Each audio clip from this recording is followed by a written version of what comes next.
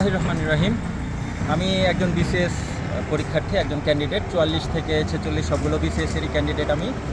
আমার 44-এর ভাইবা আছে এবং 46-এর রিটেন আছে। তো পিএসসি কেন্দ্রিক এবং বিসিএস কেন্দ্রিক সংস্কার নিয়ে বহু আন্দোলন হয়ে আসছে। প্রতি বছরই বিভিন্ন ইস্যুতে, নন ক্যাটার ইস্যুতে কিংবা পদবৃদ্ধির ইস্যুতে, প্রশ্ন ফাঁসের ইস্যুতে, খাতা অবমূল্যায়নের ইস্যুতে, হারিয়ে যাওয়া ইস্যুতে, বিভিন্ন ইস্যুতে পিএসসিতে বিভিন্ন রকমের আন্দোলন হয়ে আসছে। তো সম্প্রতি আমরা যে আন্দোলন ছিল না, এটা প্রথমে ছিল আবেদন। সম্প্রতি আমরা যে আবেদনটি দিয়ে শুরু করি সেটা হচ্ছে যে 44-এর ভাইবা এবং 46-এর রিটেন একদম ওভারল্যাপিং হয়ে যাচ্ছে। তো একটি বিসিএসের পেছনের প্রত্যেকটি প্রার্থীর আসলে 3-4 বছরের কষ্ট এবং স্বপ্ন এবং সাধনা থাকে। যেমন আমার 44 ভাইবার ডেট পড়েছে 21 তারিখে এবং রিটেন হচ্ছে 19 তারিখ পর্যন্ত। তার মানে আমাকে রিটেন দিয়েই তার পরের দিনই ভাইবা। এটা মোটেই হচ্ছে ন্যায্য নয় এবং এটা মানবিক নয়।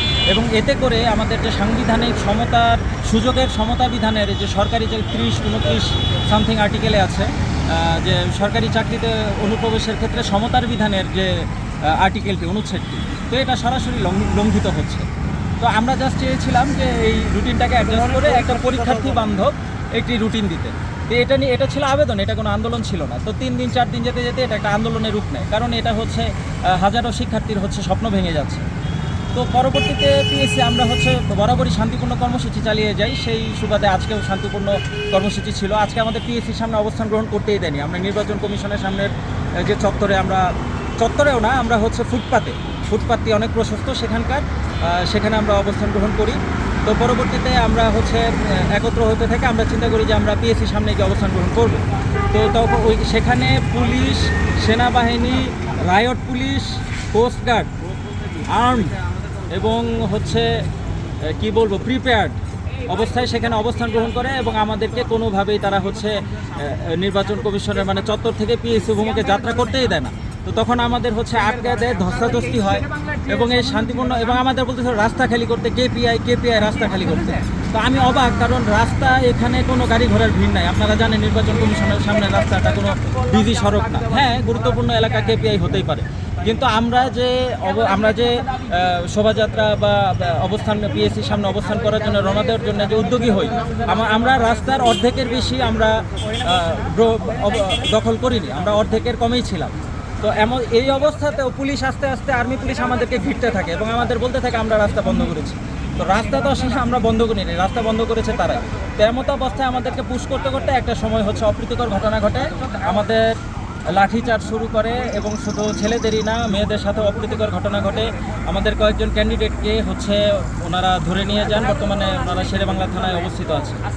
তো এটা খুবই দুঃখজনক যে আমরা বিসিএসের ক্যান্ডিডেট। আমরা সবাই বুয়েট, ঢাকা বিশ্ববিদ্যালয়, বিভিন্ন সরকারি মেডিকেল থেকে গ্র্যাজুয়েশন করে এসে আমরা 2-3 বছরের সাধনার পরে আজকে আমরা এই জায়গায় অবস্থিত হয়েছি। তো আমাদের সাথে আজকে যে লাঠিচার্জ করা, প্রহার করা, এই ধরনের আচরণে খুবই মনক্ষুণ্ণ, সংক্ষুব্ধ এবং বিক্ষুব্ধ। এটা তীব্র নিন্দা জানাই। প্রতিবাদ তো আমরা করছি, এটা তীব্র নিন্দা জানাই। এই ফ্যাসিবাদের পতন পরবর্তী, গণঅভ্যুত্থান পরবর্তী বিপ্লবী পরিবেশে, যে এটা বিপ্লব কিন্তু চলমান, বিপ্লব একদিনের প্রক্রিয়া না, বিপ্লব চলমান একটি প্রক্রিয়া। এই চলমান বিপ্লবী পরিস্থিতিতে এই আচরণ যে আমাদের সাথে ঘটনা হলো, এটার তীব্র নিন্দা জানাই। আমি এখানে কিছু পয়েন্ট আউট করতে চাই। এটা যে 8 তারিখে 22,000 ক্যান্ডিডেট বসবেন লিখিত পরীক্ষা দিতে, কিন্তু এই 22,000 ক্যান্ডিডেট লিখিত পরীক্ষা দিতে বসবেন, ওনাদের এগেনস্টে ক্যাডার পদ আছে মাত্র 3100, যার মধ্যে 1600 ডাক্তার, এবং নন ক্যাডার পদ আছে মাত্র 203টি। তার মানে সর্বসাকুল্যে 3500 পদও নেই। 3500 পদের বিপরীতে এত তাড়াহুড়া করে 22,000 পরীক্ষার্থীকে রিটেনে বসানোর আসলে মানেটা কি?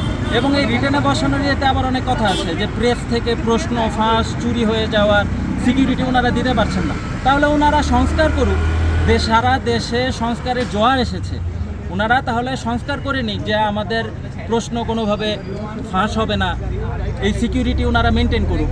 তারপরে আমাদের আরেকটি দাবি ছিল যে খাতা হারিয়ে যায়, খাতা দেখায় উল্টাপাল্টা হয়। একজন ইঞ্জিনিয়ারিং গ্র্যাজুয়েট বাংলাদেশে পাচ্ছেন 127, আন্তর্জাতিকে পাচ্ছেন 57, ইংলিশে পাচ্ছেন 258। এই ঘটনাগুলো কিভাবে ঘটে? নিশ্চয়ই খাতা হারিয়ে যায়, এটা অবভিয়াস। আচ্ছা, আজকে আপনাদের কয়জনকে তুলে নেওয়া হয়েছে বা আটক করা হয়েছে? আমাদের আজকে খুব সম্ভবত 3 জনকে তুলে নেওয়া হয়েছে। প্রায় 8 থেকে 10 জনের 10 জনকে প্রহার করা হয়েছে। আমাদের নারীদের সাথেও হচ্ছে আপত্তিকর আচরণ করা হয়েছে।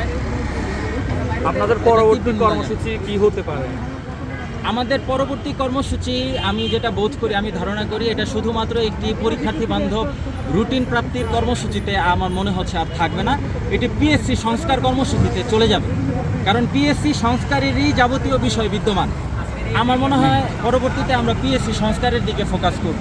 যেমন হচ্ছে প্রশ্ন ফাঁস রোধে সিকিউরিটির ব্যবস্থা আমাদেরকে দিতে হবে, রিটেনে বসার আগে আমাদেরকে দিতে হবে। কমিশনে বসে খাতা দেখার আমরা একটি দাবি জানিয়েছি। কমিশনে বসে আমরা খাতা হারিয়ে যাই, এই জায়গা থেকে ওই জায়গায় যায়, কেন্দ্র থেকে কমিশনে আসে, কমিশন থেকে আবার প্রথম পরীক্ষকের কাছে যায়, আবার কমিশনে আসে, ওখান থেকে দ্বিতীয় এগুলো না করে আমরা দাবি জানিয়েছি যে খুব শর্ট টাইমে 1 সপ্তাহ 2 সপ্তাহ 3 সপ্তাহ যাই লাগবে আমাদের বিজ্ঞ এক্সামিনাররা যারা খাতা দেখবেন তারা কমিশনে বসে ওনারা খাতা দেখবেন। এটার দরকার পড়লে আমরা লিখিততে বসার আগে আবার 500 টাকা করে আমরা হচ্ছে কি ফি দিব। আমরা এই সংস্কারগুলো আনতে চাই। তারপরে একটা গুরুত্বপূর্ণ কথা হচ্ছে, আচ্ছা, এখন আপনি আগে কি আমি বলে গুরুত্ব নেই যে দিচ্ছেন? 203টা নন ক্যাডার পদের এগেনস্টে কেন 22,000 ক্যান্ডিডেটকে বসাচ্ছে। আমরা এই জিনিসগুলোকে সংস্কার করতে চাই যে চাকরি একটা ক্যান্ডিডেট যে স্কুল কলেজ বিশ্ববিদ্যালয় পার করে প্রিলি রিটেন ভাইবা পার করছে, তার যোগ্যতা নিয়ে তো কোনো প্রশ্ন থাকে না। তাহলে তার চাকরির সংকুলন করা হোক, তার জীবনের এই সব সাধনা স্বপ্ন সব বৃথা যাচ্ছে। এই সংস্কারগুলো আমার মনে হয় এটা ভবিষ্যতে পিএসসি সংস্কার আন্দোলনের দিকে চলে যাবে, কারণ এই ফ্যাসিবাদের পতন হয়েছে, সব হয়েছে, সারা দেশে জোয়ার সংস্কারের একটি জোয়ার চলে এসেছে। এমত অবস্থায় পিএসসির সংস্কার হচ্ছে। এখন আপনি কি অগ্রাধিকার দিবেন, বিএসসি সংস্কার নাকি 46তম লিখিত পরীক্ষা পেছানো, কোনটাকে আপনি গুরুত্ব দিবেন আজকের এই পরিস্থিতির? আজকের পরিস্থিতির আগ পর্যন্ত অবশ্যই 46তম লিখিত এবং 44তম ভাইবা প্রার্থীদের জন্য একটি ফ্রেন্ডলি, একটি পরীক্ষার্থী বান্ধব রুটিনই ছিল মুখ্য বিষয়। কিন্তু আজকের এই ঘটনার পরে আমার মনে হয় এটা এখানে আর সীমিত থাকবে না। আমিও ব্যক্তিগতভাবে আর রুটিনে এটাকে সীমাবদ্ধ রাখতে চাচ্ছি না। এটা আমি যেটা বোধ করি এটা পিএসসি সংস্কার আন্দোলন হবে। এটা আমি বোধ করি, এটা আমার ব্যক্তিগত অভিমত। ধন্যবাদ সবাইকে।